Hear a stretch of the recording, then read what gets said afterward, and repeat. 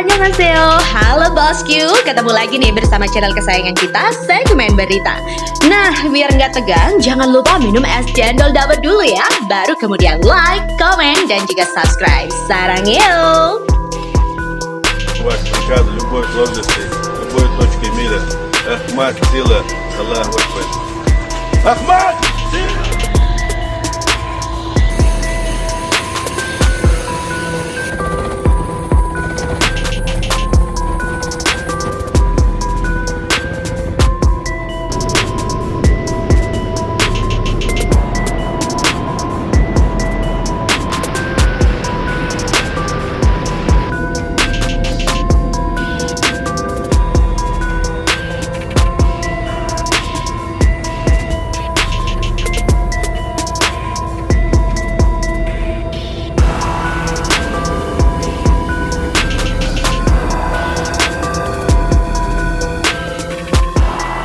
Bangkul anti-tank Javelin kiriman Amerika Serikat dan sekutu Eropanya kini dikuasai pasukan Donbas di Luhansk dan Donetsk.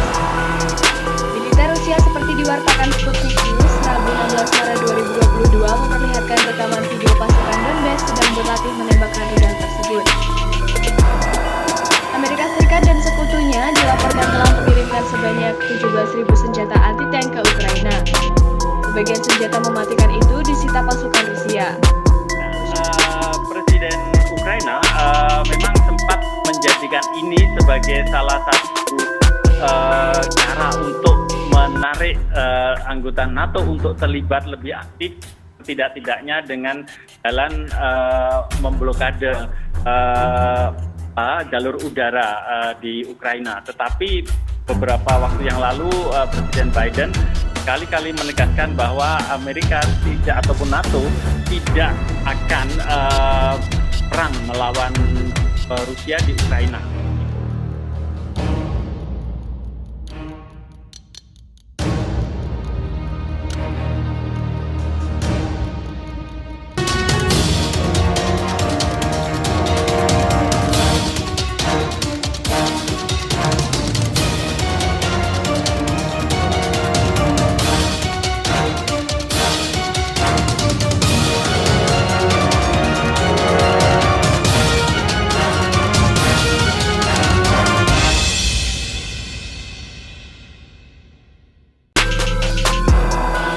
Diminta Polandia.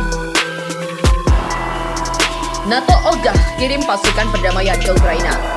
Polandia menyerukan agar aliansi NATO mengirimkan misi pasukan perdamaian bersenjata ke Ukraina. Seruan itu ditolak oleh negara-negara anggota NATO lainnya. Namun demikian, negara-negara anggota NATO berjanji untuk terus mengirimkan pasokan persenjataan ke Ukraina meskipun ada ancaman dari Rusia. Demikian dilansir AFP.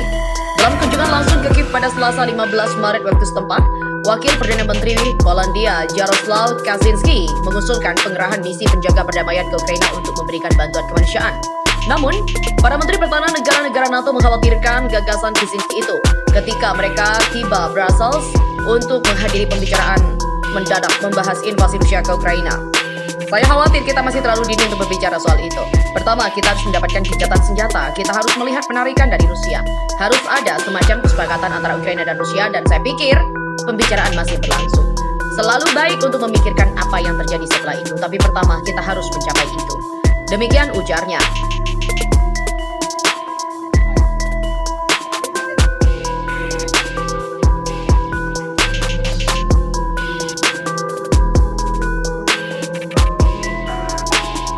Pemerintah Barat telah mengutuk tindakan Presiden Rusia Vladimir Putin terkait invasi ke Ukraina. Banyak yang memperlakukan sanksi ekonomi yang berat, tetapi tidak ada yang mengirim pasukan untuk membantu Ukraina mempertahankan diri. Militer Ukraina sejauh ini dibiarkan sendirian melawan pasukan Rusia setelah Moskwa melancarkan invasi skala penuh. Mengapa tidak ada yang membantu Ukraina? Mengapa pasukan Amerika Serikat dan NATO tak mengirim pasukannya? Ulasan dari laman iNews.com UK menyebut, sebabnya adalah Ukraina bukan anggota aliansi NATO, yang berarti tidak wajib melancarkan serangan bersenjata terhadap Rusia untuk melindungi Ukraina.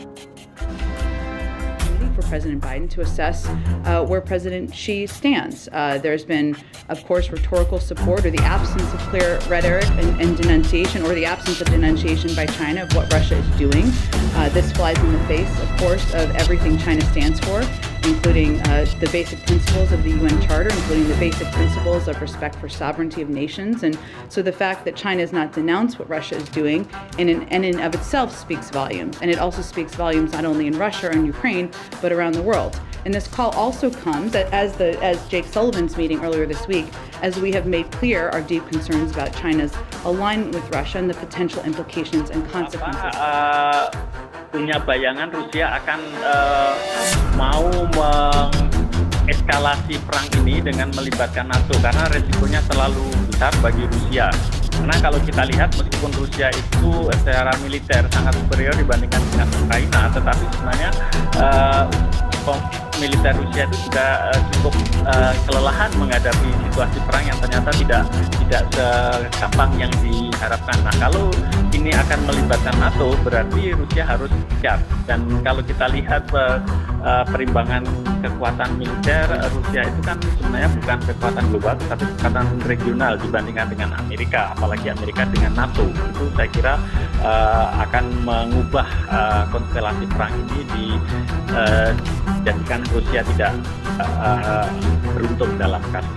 Jadi oleh karena itu Rusia selalu berusaha dan lebih banyak menggunakan retorik untuk mengancam NATO jangan masuk, tetapi bukan sebaliknya mendorong NATO masuk. Itu yang sangat Menhan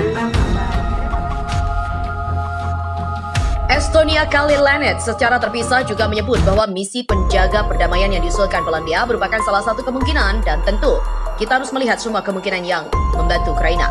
Namun Laanet juga mengatakan bahwa pengerahan misi penjaga perdamaian akan membutuhkan dukungan Dewan Keamanan PBB, di mana Rusia memiliki hak veto. Sementara Menhan Inggris Ben Wallace juga mengatakan dirinya perlu memeriksa detailnya lebih dulu sebelum mengambil keputusan soal apa yang terjadi. NATO menolak permintaan Ukraina untuk mengintervensi dalam konflik di wilayahnya, termasuk memberikan dan juga memberlakukan zona larangan terbang untuk menghentikan pengeboman Rusia. Aliansi NATO yang dipimpin Amerika Serikat telah berulang kali memperingatkan bahwa keterlibatan langsung di negara non-anggota Ukraina bisa memicu konfrontasi dengan Rusia yang mungkin meluas pada perang nuklir. Negara-negara NATO juga lebih memilih untuk mengirimkan persenjataan untuk membantu militer Ukraina dalam mempertahankan negara mereka, khususnya sistem rudal anti-tank dan anti-pesawat portable yang sangat dibutuhkan. Rusia juga memperingatkan bahwa setiap pengiriman senjata menjadi target yang sah untuk diserang oleh militernya di Ukraina. Namun para Menhan negara-negara NATO bersikeras menyatakan akan tetap mengirimkan persenjataan ke Ukraina.